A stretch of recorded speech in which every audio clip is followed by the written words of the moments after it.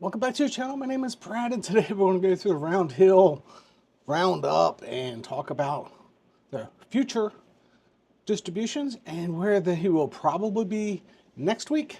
And we'll look at this week's, and we're going to talk about last week's video when I told you they were going to reverse split, and I got a lot of criticism about, the fund's failures, and I don't know why you see it this way. I'm going to show you personally where this is coming from, and I'm going to go through a reverse split of a fund that I actually hold so you can actually understand reverse splits instead of listening to this garbage that people are putting out there about reverse splits. Don't know where you're coming from? Well, I do know where you're coming from because you've had a bad taste in your mouth from a couple funds, and I fully get that. But that's a reflection on the funds and the fund managers, not a reflection on how reverse splits actually work, and I am going to show you that. I'm also going to look at Xpay this week because somebody goes, what am I missing? And I'm going to point out exactly what he's missing. Not that it's a bad fund. It is totally has a use purpose, but it might not be for everyone. Instead of going around on different Discords, because I saw them on Discord also, saying, what am I missing? We're going to talk about what you're missing. So let's go ahead and get into it. So they announced distributions. I had 13, 9, and 8. They came across at 14, 15, and 14. All I'm going to say is, hey, they sold some those deep in the money calls, and they could be paying you out some gains. They could be paying you future gains, because one thing I'm going to go ahead and allude to today, they already made in 3 days worth of trading what they're going to pay you out on the 14th. So the 21st is going to be a huge payment, or they're going to hold back, or they've already paid it. I don't know what they're going to do, but I will tell you the 3 calls that they've already made this week are huge. And we'll just go from there. So XDTE, they went through one day on Friday. They got called out. And I'm going to say that was got called out by a lot of people, but they made 24 cents on their calls. So they're going to pay you out 24 cents at least. If I look at QDTE, they made 23.29. Friday, they got called out. They made $4 million in revenue. They have 20 million shares, and it's just a simple revenue divided by shares tells you how much they're going to pay you out. At least that's what they made in their calls. They could have made more money in some of the treasuries that they hold, but that's what they made actually doing their calls. RDTE, they made about 29 cents, almost 30 cents. And again, they still have some treasuries that they have to pay out. So what are they going to end up paying in March 14th? QDTE about 24 cents, XDTE about 24 cents, and RDTE about 29 cents. That is what their approximate distributions, or at least that's what they made on their call rating. What they made on other stuff, I don't track it. So let's go ahead and talk about why did Brad predict reverse splits? And that's easy. They get caught on mark to market. And if you don't believe me, you can go look at the tax forms, literally on their website.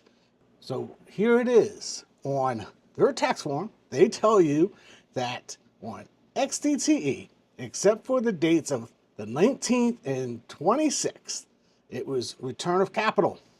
That's interesting.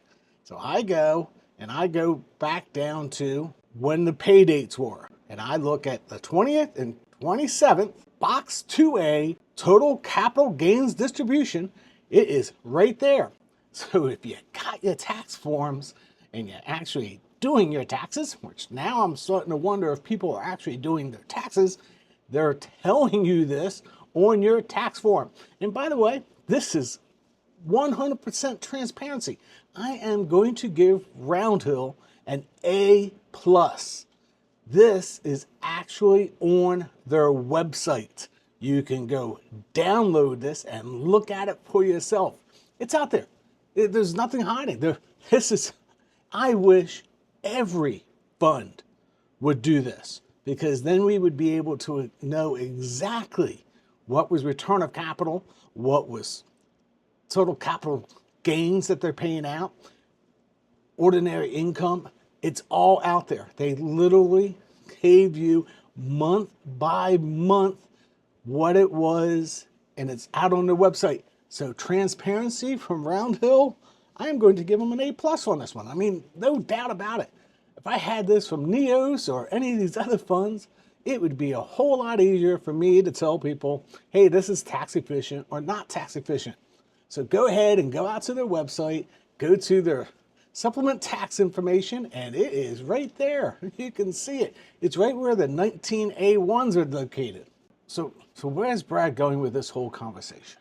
So we know that XTTE paid about $1.11 in capital gains, and that's mark to market. Just like I've been trying to tell people, and these are only on 1256 contracts. So Xpay does not fall into this. Single stocks does not fall on this. So this is only when they write it on SPX, those deep money calls, they're going to have to pay you capital gains. There's nothing wrong with that. Technically, there's nothing wrong with that, unless you're assuming that your price is going to appreciate every single year.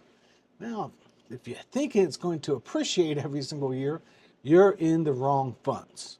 That's just it.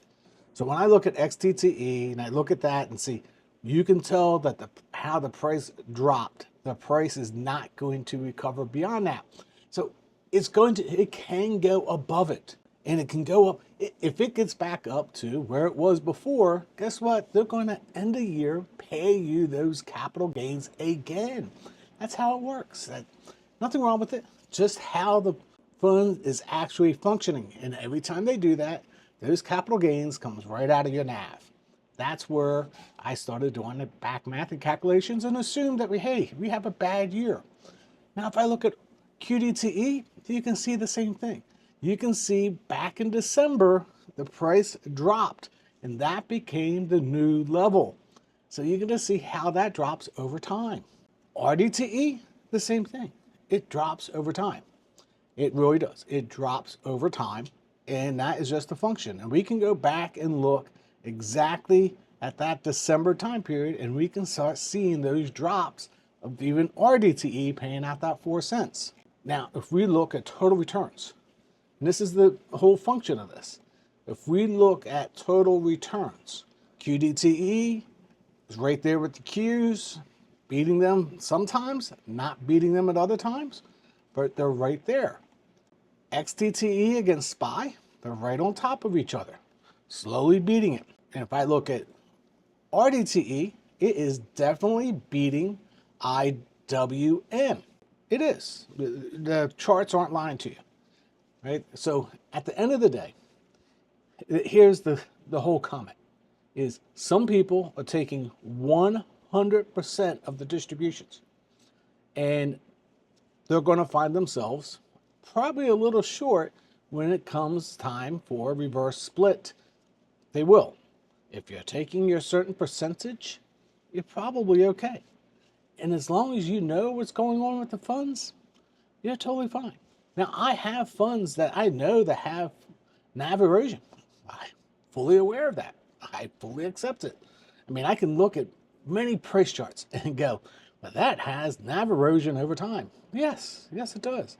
But they also have, on those particular funds, 5% discount on drips and other things that these do not have. So I accept that some of my funds will go down in price over time in either their revenue generating, and I'm going to call this as a revenue stream generating fund. I'm just warning you, if you're taking all your distributions, maybe you're paying off your leverage or something like that. Eventually, when it reverse splits, your income is going to go down. And that's the whole conversation about this. Now, I own a fund that did a 5-to-1 reverse split. Yes, I do. Let's go ahead and throw it up. Oh my gosh, it's Neos. Oh my. Neos did a 5-to-1 reverse split and Brad owns it. Oh, what's he doing? So they did a 5-to-1 reverse split on HYBI. And I was asked if I was worried about it. And I said no, because if I do the calculations, my distributions should go up 5-to-1. And I did the math. So they were paying 7 cents, 7.5 cents. So in the distributions going forward, they would have to pay 37.6 cents. Lo and behold, January rolls around after reverse splits, 5-to-1, and they pay 39 cents and 38 cents. And you sit there and go, wait a second, they went up 5 times. Exactly right. So if you have a fund that's doing it correctly, reverse splits, doesn't matter. They really don't matter. What you had is two fund managers, all having one person interconnecting them, have issues. And that is where the problem lies. Not so much in the mechanics of a reverse split, but maybe just the people that are running the funds. I'm not going to name any names, but there is a little thing about that, a little stigma of reverse splits. You should not be afraid of reverse split on a well-managed fund. And why people might be missing the boat.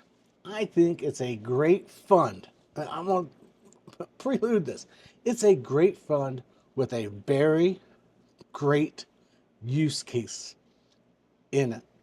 They're paying you 20% of your money, and they are directly reflecting the market with their deep in the money calls. There's an article written by Roundhill, and I'm going to leave a link below, and they explain this. And they go into great detail, difference between Xpay and XDTE. They just leave out some of the stuff about XDTE, but they're going to pay you those 20%. Let's put the chart up. If the market on average makes 12%, you can see that your capital goes up to $112,000. But then you have a 20% distribution and your capital goes down to 89. But you made $22,000 in yearly revenue. Good job. But then you start to see how your capital erodes over time. And in 20 years, your capital is down to $12,000. And you can see that your yearly revenue is only $2,700. That is the math. Let's go. The math is the math. Now, use cases, tons of them out there that you're taking the money, you're only taking a certain percentage of it because you've decided to retire early and you're going to say, hey, I'm going to live on 4%, 6% of SPY. And if you don't know, if you haven't done the math, until the last 20 years, you could not take 8% on your money. You couldn't do it. It was impossible. You always failed. You haven't done the math. Trust me, the math is out there. That's where the 4% rule came from. So a 4%, 6%, very tax efficient. Hey, it's a great fund. And you're just reinvesting the other percent. And that's why I shake my head. Where did the 20% come from? They're trying to compete against other funds. They should have paid you 10, 12%. And this fund would have probably been A-okay. But no, they had to go for 20%. So you have to reinvest a certain portion to keep up your capital. And that's just how the fund works. I mean, and the bigger one is during a down year, it's going to go down significantly. And it's going to go down a little less than XDTE, but that's because of the functions and beta. But at the end of the day, great fund with a very good use case. If you're taking all 20% to pay off something else, and you're not recognizing that your capital is eventually going to go down, then I don't know what to tell you. And again, I have funds very similar to this, but they're doing other things to generate revenue, and I understand the mechanics. And I'm just trying to explain the mechanics to you the best of my knowledge. But again, invest in it as you feel free. So in conclusion, Reverse splits don't have to be bad. They don't. I showed you one. Funds going down in NAV don't have to be bad. There's very good revenue cases for those funds. And if you're trying to live off of all the distributions, well, you might have an issue in the long run. That is the whole conversation or moral of the video. If you're trying to live off of all of it, or if you're trying to use all those distributions for something else, then you might run into trouble in the future. So until next time, God bless.